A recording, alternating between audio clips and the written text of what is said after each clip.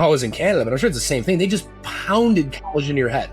No matter what, like, you are a failure if you don't go to school. It doesn't matter. There's no other option. Like, that's like borderline literally what they told us. For the guy who's just a painter and he's working on his own, even like, dude, I've got like 3 employees. Like, just do it. I had freaking $2,500 to my name, and I spent half of it on a van, and I had 3 kids and a wife that didn't work, and a mortgage. Like, just do it.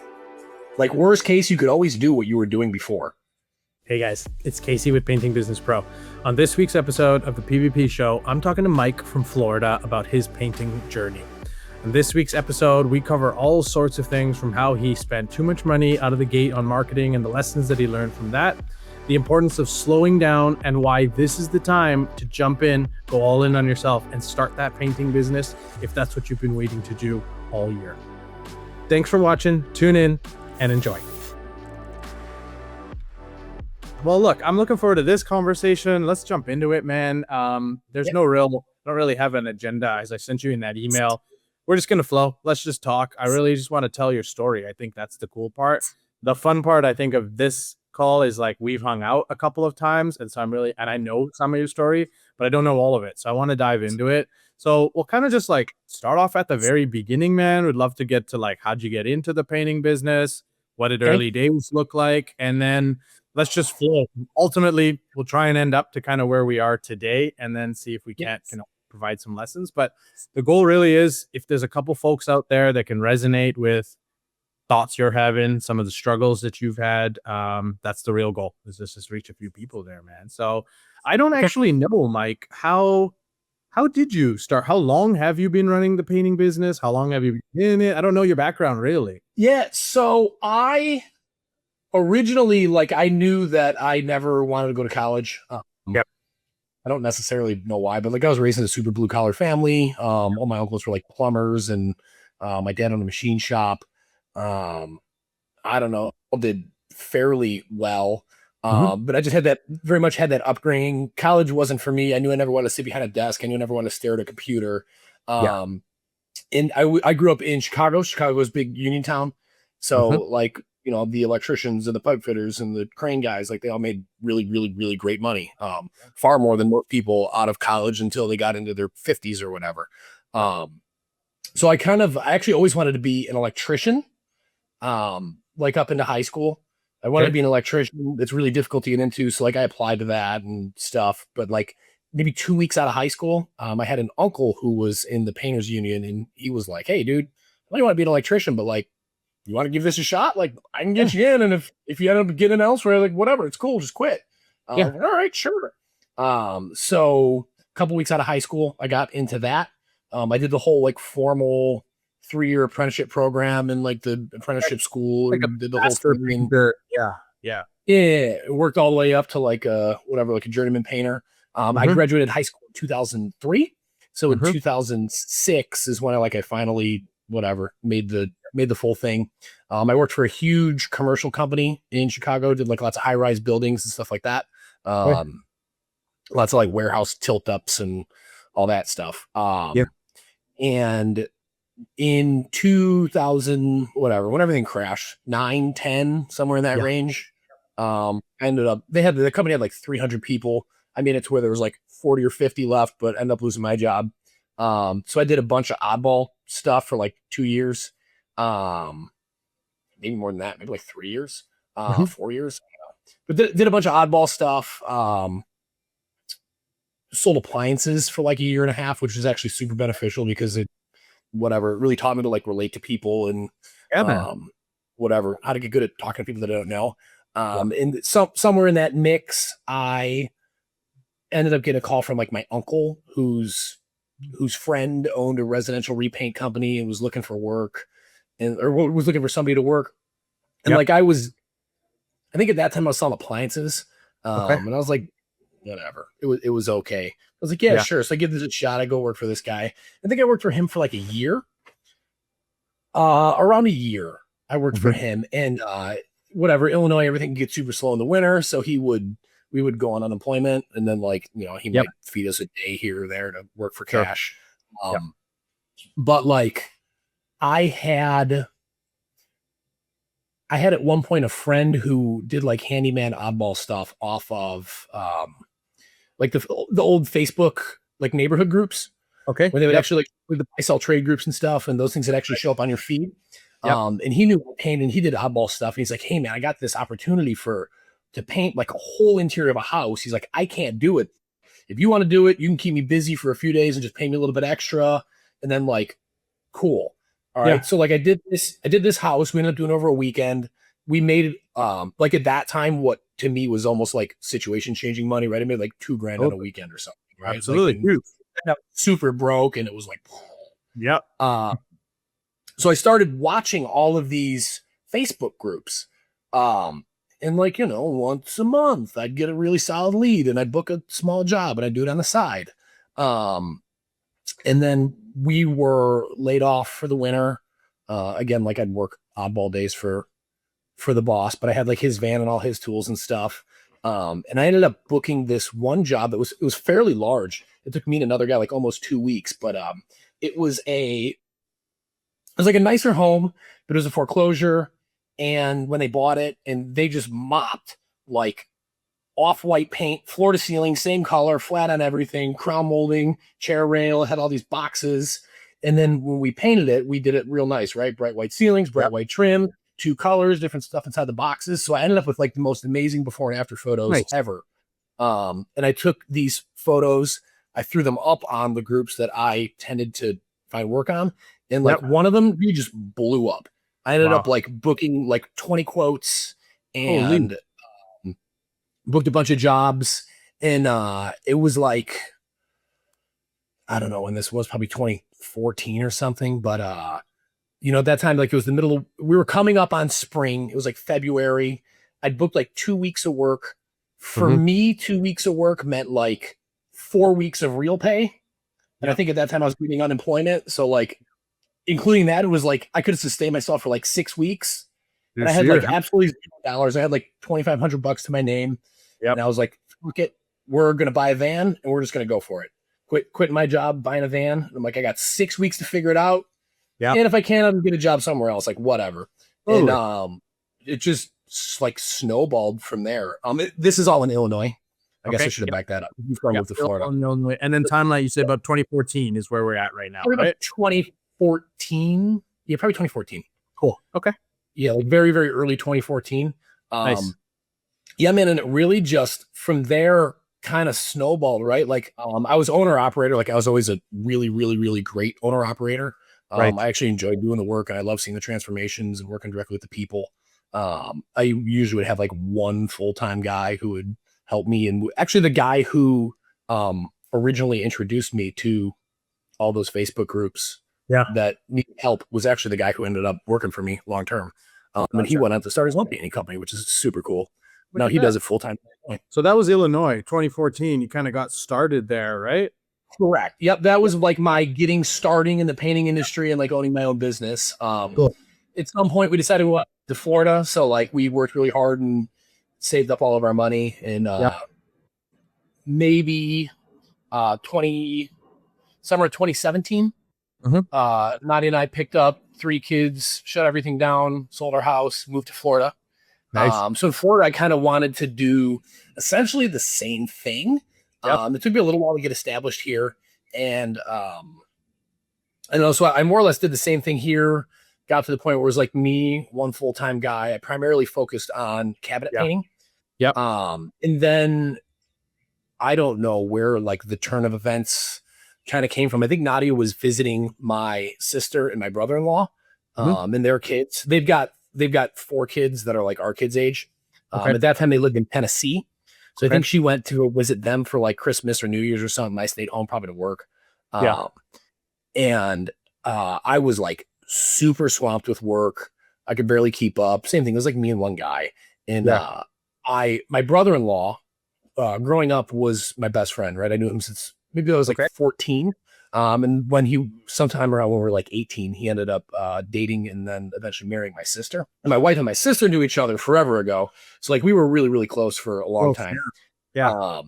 But yeah, she was up there visiting them and we were probably drinking on Zoom or something. It's like, Yeah. dude, you need to move down here. Like, I'm doing great. If you come down here, like, we'll kill it. We'll grow this big thing.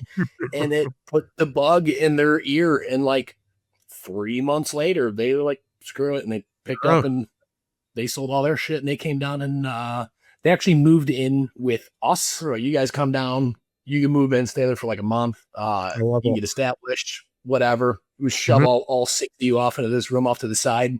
Um, and that was like March 1st of 2020. And then like March 7th of 2020, the whole fucking country shut down because of COVID.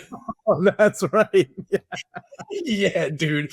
So like Okay. nothing happened. For Zero. sure. Oh, no one's letting we ended anyone in up with the house. Yeah. Yeah, we ended up with like 11 of us in a 1,100 square foot house for like 4 months or 5 months or Man. something. Oh man. So what'd you guys do with that time? Like you came here, there's this tension of like growing this thing that was keeping you really busy. What happened? We were we were pretty good, right? Fortunately, I live in Florida and we didn't really believe in COVID here. Get So after still like two still stuff. weeks, dude, it was pretty much business as usual, right? Okay. And maybe not business as usual. Everything was chaotic. There was a lot of people who were freaked out. There was a lot of people who weren't. Yeah. Yeah. But we were like, Florida was the most open state in the country. It's like where everybody Yeah. came all the time. So a couple weeks after everything went chaos, it was pretty much business as usual, right? Some Okay. people may not have wanted more homes. It might have been difficult to sell stuff. Yeah. Um, So what was the game plan? 'Cause you were saying it was just you and one guy. So you were still on the tools at this point, right, Mike? yeah, correct. Yeah, yeah, Yeah. yeah. Up until like that point, so like traditionally, I'm really like a at heart just a freaking simple blue collar dude, right? Right. Yeah. Um, I'm really not wired to be business owner, but like if I want the freedom that I want and if I want to make a great income, like I don't really have a choice. I have to be business owner, right? True. So I never really prior to that, like bringing him in, had considered really trying to grow a bigger business. Sure. Um, and he was appealing as a partner because he's got background in like a lot of retail management and just basically dealing with a lot of BS. And that's what I'm really terrible at dealing with. I'm really good at doing the work. I'm really good with people, but like, man, I don't want All to fill the out the paperwork. I don't want oh to no. make the phone call. I don't want to whatever. I'm really just not there. Yeah. And that's kind of his forte. So it all worked out pretty good. Nice. So yeah, I mean the plan with them or with him was just to come down, try to grow something Mhm. that's a little bit bigger, try to do well, try to gain freedom, right? Like Yeah. I was always, even though I had a fairly flexible schedule, like I was on the tools, I had to be there to produce. And I was Yeah. able to do things like wake up at 5 a.m. to do all my paperwork and then, wake up with the kids and get them off to school. And then maybe I go work 6 hours and come home and I do more BS at the end of the day. So like I was Yeah. always able to move my schedule around, like still being able to be present and being able to be at home and still being able to do stuff. Yeah. But at the end of the day, like I wore all hats, I did all work, everything Yeah. depended on me. If I got hit by a bus, everybody starves. Like, it wasn't really what I wanted long term. I wanted to be able to have freedom, to have flexibility, and be able to go out and do stuff. Yeah.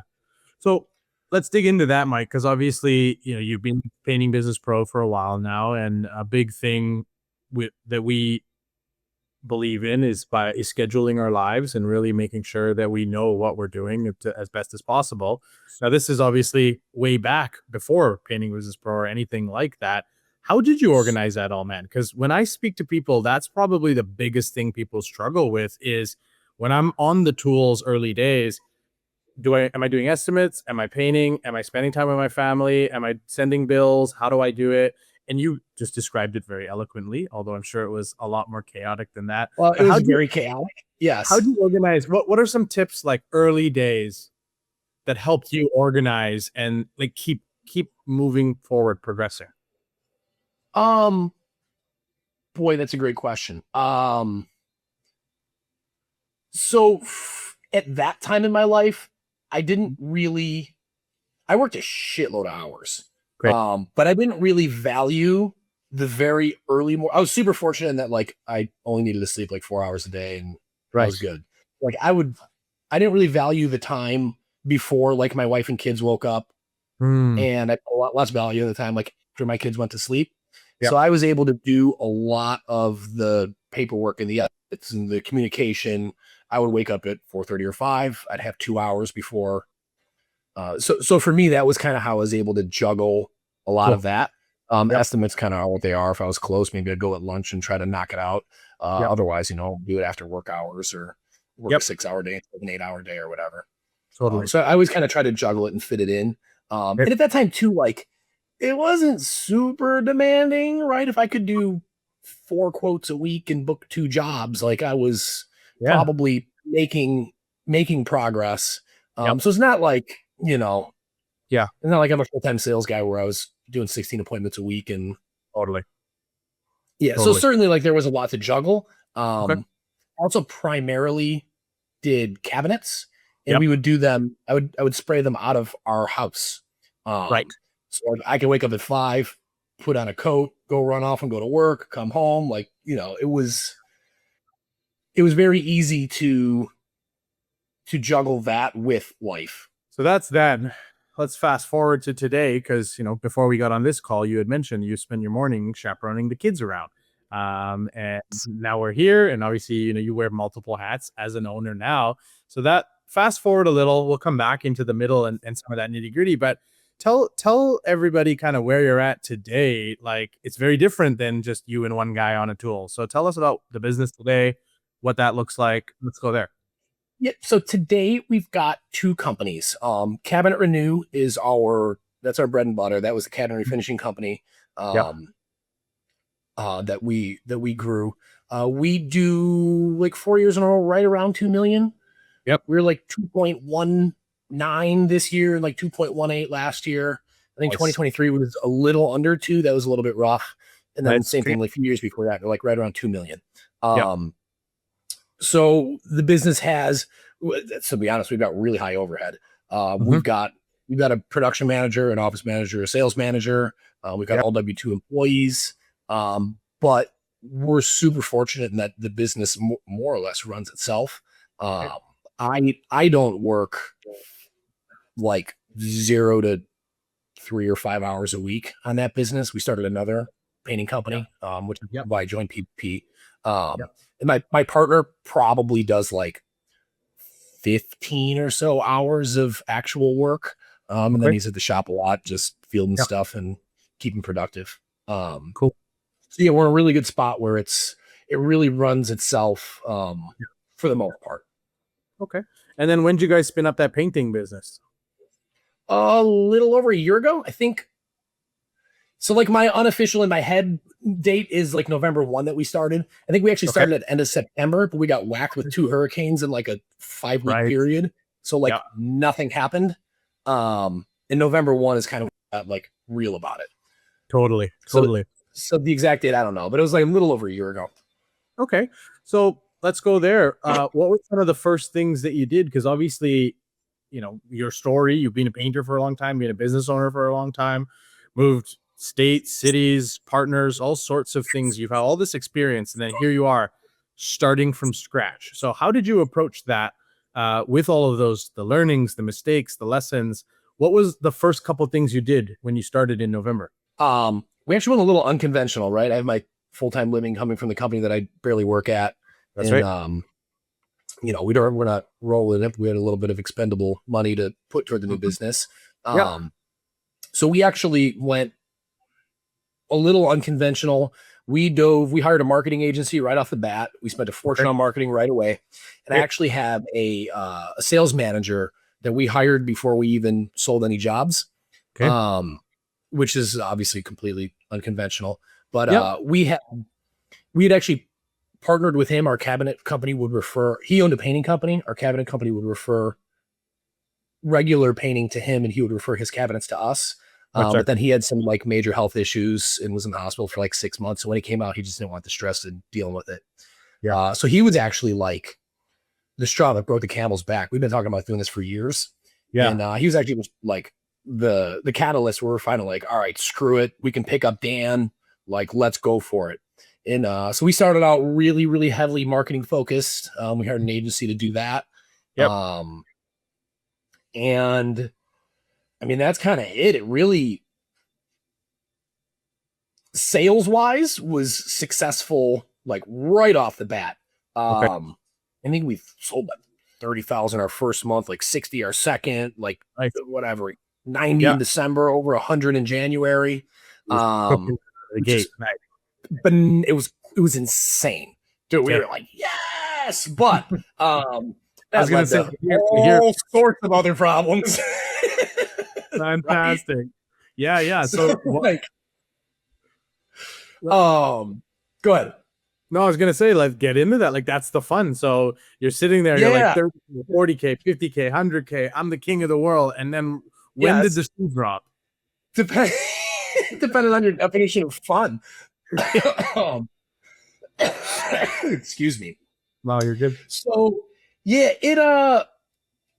it was doable but challenging. It's never been like impossible, right? But it was doable but challenging since the beginning. Production was always an issue. Yeah. My initial plan was to have like 3 or 4 W-2 guys for more white glove projects and then subcontract out almost everything. Okay. I ended up at one point with like 9 W-2 guys. Right. But I really fell into, man, I don't know if I'm a people pleaser, but I really fell into the trap of overpromising. Well, like, yes, Mrs. Customer, we're going to start this day, but then like, I'm relying on a guy who's only worked for me for 2 weeks. And though I've been working a lot hand in hand with them and we've gained some level of trust, like shoe drop, something snaps, that guy's gone. Now Right. I'm playing the game for, days or weeks. And that was kind of I don't know, I guess a consistent theme. Like production was always relatively difficult. Because I would attribute it to like essentially me biting off more than I should have chewed, right? I tried to go too fast. I tried to put too much trust in some of the wrong places. And then we get into things like, we'd hit 2 jobs in a row that had crap margins and like now I'm killing myself and we're not making money and I'm stressed out. It was like, dude, what are we doing? Right. We ended up with a really great crew leader who's actually our sales guy's brother. They are the 2 that own his company. We ended up with a great crew leader. He alleviated a lot of that stress. Eventually ended up with a second great crew leader. But maybe like, I don't know, August, September, I was like, we had like 3 months plus of work on the books. We're spending a fortune on marketing that's not really working. I was super stressed out and I'm just like, what are we doing? And I just like breaks.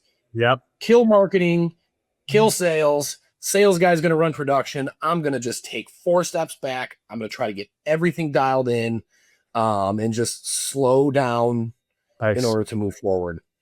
And we've kind of been in that mode since then. That was, probably before October.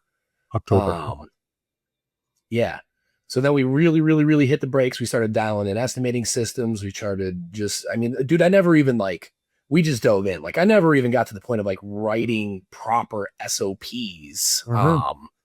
So that's the stuff that I spent like a couple months doing, even though we're not, 100% there even now. It is significantly better. We let go of like 5 of the 9 guys. So we just kept the 4 core guys who worked out really well, who I know I can trust, who never really had issues with. And then we've kind of been just slowly and steadily moving forward. I cut like all of our sales goals way low for the first quarter of the year, just to try to be super intentional about what we're doing and not fall back into that trap. Hey, Eric here. Pretty much every person that you've heard on this podcast or you listen to is someone that we work with at Painting Business Pro. We've coached some of them. We've even become business partners with. What we do at Painting Business Pro is help people who are starting or growing a painting company grow an amazing business with great profit while enjoying an amazing lifestyle along the way. And transparently, our goal is that for the right people, we actually end up making a minority acquisition to help you grow your business even further as a partner of ours in our company. If you're someone who's serious about growing your company, living a great life, and you want some help doing it, we love what we do. We're very good at it. We do it in our own businesses right now. Head over to paintingbusinesspro.com and hit apply now, and we look forward to talking with you soon. It's such a common thing, like the that trap of, I just need leads. I need a ton of leads. Just give me a lot of leads, some lots of marketing. Let me go get marketing. And what do you think is the tendency for people to look that way? Like, put yourself, like, just tell me in your shoes, like, why do you think it was that it didn't cross your mind of like, hey, I should dial in estimating and sales and build a good foundation, like you are here in August, 9-10 months later? What was the pull, and what advice would you give to people, that the next guy listening to this or the next girl listening to this that has that pull? What's that voice that you're like, what's your advice there? The two-part question. I mean, just slow down. It's so easy, isn't it? But I knew I was doing stupid stuff. Can I swear? I knew I was doing stupid shit. Yeah, man, go like, for it. I'm very logical. Like, I understood, like, man, this is oh man, this really could get out of hand. Oh, look, it's starting to get out of hand, but like, I don't know, it's exciting. The money's there, it's coming. Yeah. 970,000 in our first 12 months. Like, that's awesome.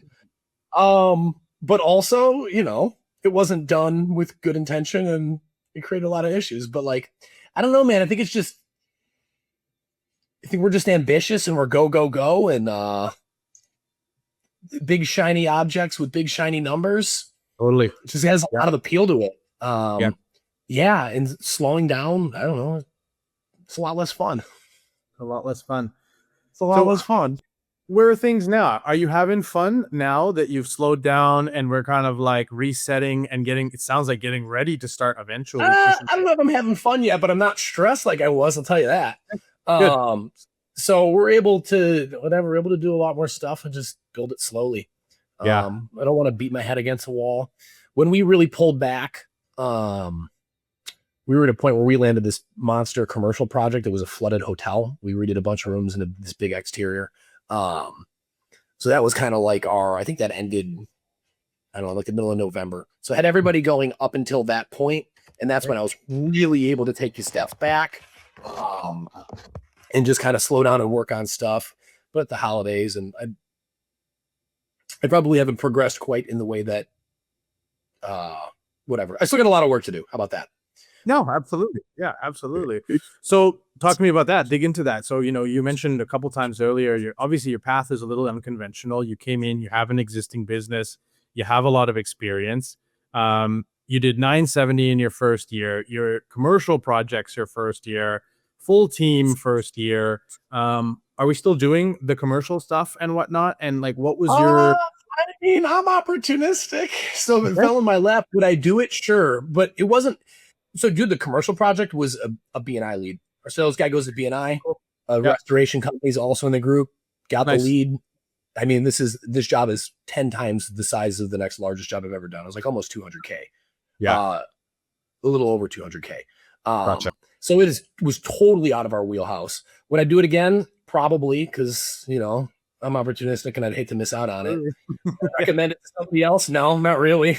Totally. So no, we're not actively seeking that by any means. Our bread and butter, what I want to do is just cookie cutter, $600,000 to $1 million houses, primarily exteriors. Turn them over. I don't want to do complicated stuff. I don't want to do, and I just want to do, and we have so much of it here. And there's a lot of expendable income. It's a really great place to do that.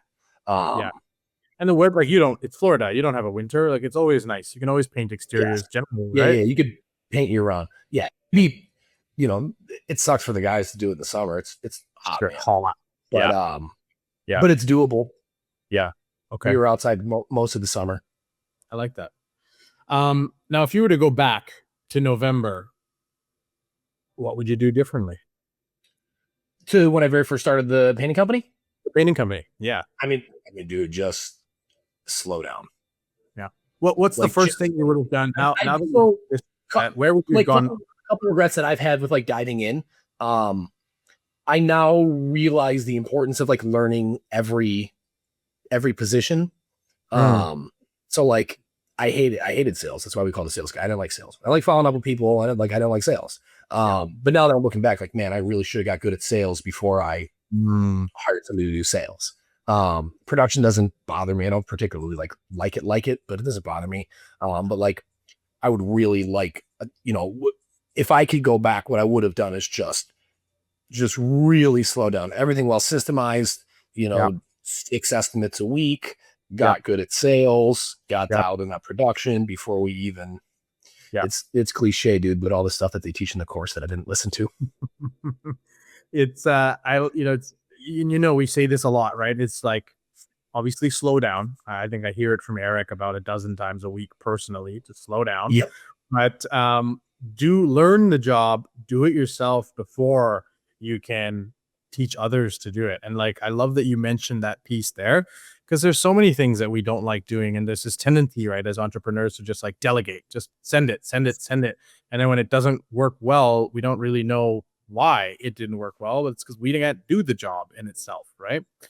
So how did you go back into that and start to learn some of those, let's call them like basic things, like with all this experience under your belt, with the successful business? Like, how did you control that urge to want to just go fast, want to go to do the next thing and really slow down? It's easy to say slow down, but how did you slow down?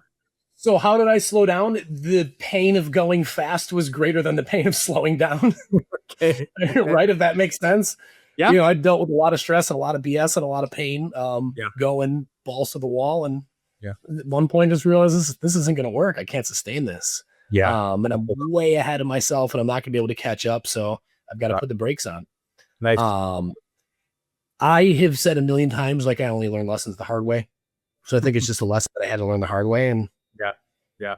um, So what's your day-to-day look like now? Now that have slowed down, you're really dialing in processes, all that. Like, walk us through 1 year into the painting business. What does your day-to-day look like? You were chasing freedom 10 years ago.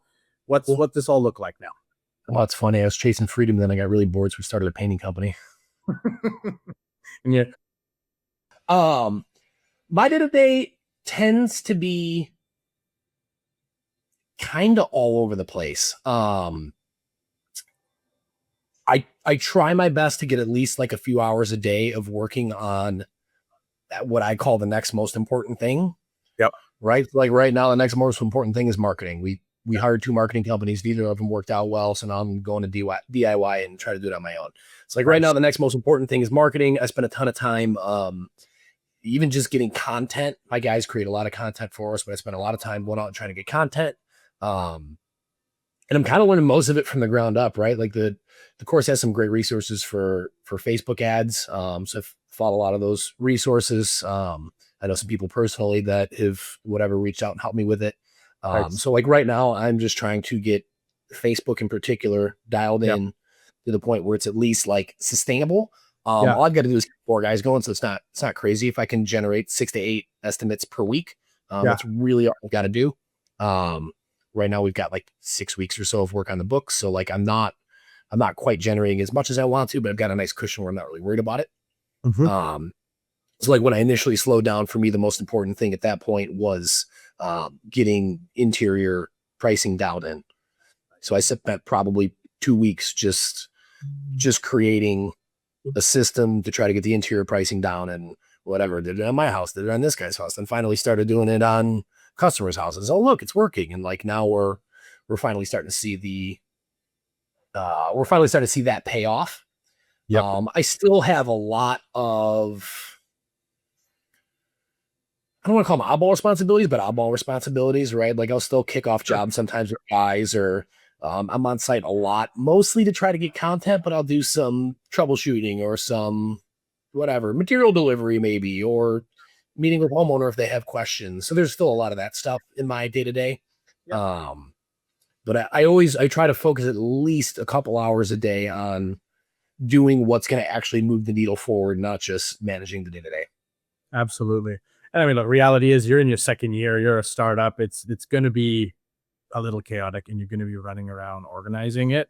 But I really like that takeaway that you mentioned there. And that's kind of what I was digging at you for there, was like, what does slow down look like? So for the folks out there listening, you're an experienced painter. You've been doing this a long time. The fact that it took you 2 weeks to slow down and dial in your estimating, that's like really insightful for me. That's so insightful for me, how much like you invested just in that. And something that from the outside, you would think like you've been a painter your whole life. why would you need that much time to know how to quote a job? That's the time that it requires to really get things done right. So hopefully you don't have to look at it again. Yep. Yeah, and I mean that's the goal. Obviously, there'll always be things to get dialed in or change. But I never did anything by the square foot. I could walk around a room and be like, okay, this is gonna take me 6 hours. All right, Yep. multiply that by whatever my labor rate is. We're all good. Exactly. But like, it's not repeatable. It's not teachable. It's not consistent. Yeah. So we really got the square footage and the linear footage pricing. Yeah. Pretty well dialed in. Okay. And it's even still a work in progress, right? It works really, really well on normal platforms, but when you get nuances or different stuff, there's always something that needs to be navigated. Out the window. Absolutely, man. So what's next for you guys then? You've slowed down, you've got some things, you got, marketing is next, you've got your roadmap, it sounds like, but where do you guys hope to finish up 2026? Is there another company coming? What are you working on now? No, well, there won't be any companies coming until I can at least make money on this one, right? So I want to replicate more or less what we have. I want to be in that 2 million range with sales manager, production manager, office manager, so that we can step away. And goal number one is to get there. I don't think we'll be there by the end of the year. Maybe we'll be we won't hit, there's no way we'll hit like high millions by the end of the year. I'm hoping to do at least 1 million, and I'm hoping by the end of the year to be like at maybe the high million run rate.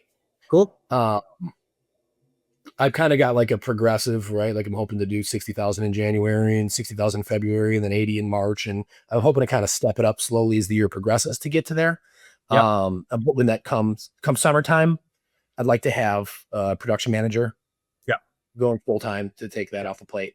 So yeah, man, the initial goal is to kind of recreate what the cabinet company already has towards something that real kind of like self-sustains. And then go from there and see what it looks like. See if we want to try to enjoy the hopefully newfound freedom. Or see if we want to try to grow something bigger. Absolutely. As my kids have gotten older, they've gotten a lot more expensive, and inflation has cut my buying power in half. So the income that I've had for the last 4 or 5 years doesn't go as far as it used to. Absolutely. I hear you, man. I hear you. We'll see where it takes us. I love that, Mike. Well, I want to wrap up, and I want you to give us some advice. And so you're in a unique situation, Mike, because I think you can speak to two audiences. There's the painter that's been painting a long time and on the tools that wants some freedom. And then there's the startup entrepreneur, because you were a brand new company that you started and you had your lessons. If you could give one piece of advice to both of those people, what would it be if you could look back? I mean, for me, for the guy who's just a painter and he's working on his own, even dude, I've got 3 employees that, oh man, one day I want to go on my, dude, just do it. Just do it. I had freaking $2,500 to my name, and I spent half of it on a van, and I had 3 kids and a wife that didn't work and a mortgage. Just do it. Worst case, you could always do what you were doing before. I don't know. I don't know if that's great advice, but that would be my advice. I think that's great advice. Man, for established people,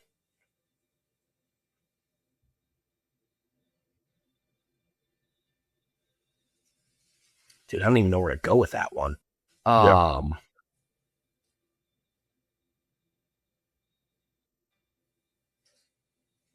I mean, I would say that, so if I think back to things that I wish we did better, I would say, if you're established and you don't really, really, really understand your business and your numbers, really, really learn it. That's big. As we progress and whatever, things ebb and flow, and things have been a little tougher the last couple of years than they were prior to that, and we start to analyze trends and what's going on, there's a lot of spots where man, I really wish I had that information. Man, I really wish I had that better dialed in. I think that as you grow,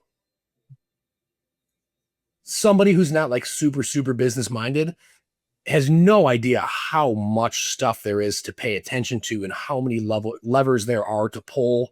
Yep. And I think really getting a grasp on everything, in particular your numbers and where all the money is going, Uh, if you don't have an extremely good grasp on that, would Yep. be really, really, really beneficial. Nice. Because even though our company's awesome and it's established, like we still kind of fly by the seat of our pants. And there's been multiple times where like something pops up and we go to like really deep dive into it and we're like, ah shit, like we didn't really categorize that well. So it's really hard to tell the difference. Or like, shit, we really should have been tracking that for the last 2 years. And like now I've got to spend 3 months and we won't get our answer until we're done tracking it for 3 months. Yeah. Yeah.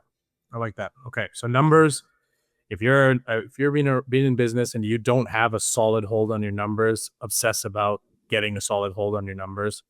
And then if you're thinking about starting a business or making a change in your life, just do it. It's a too big. Now, I want to dig into the do it a little bit more because I agree with you. I'm of that school of just do it. However, look, we're confident guys, we're social guys, but at the end of the day, we're human beings. So when that doubt creeps in, right? Like what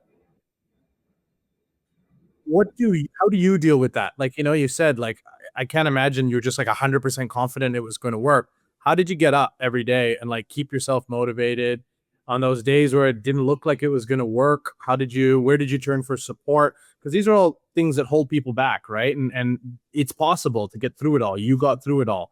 What helps you get through it? That doubt, the hard days early on.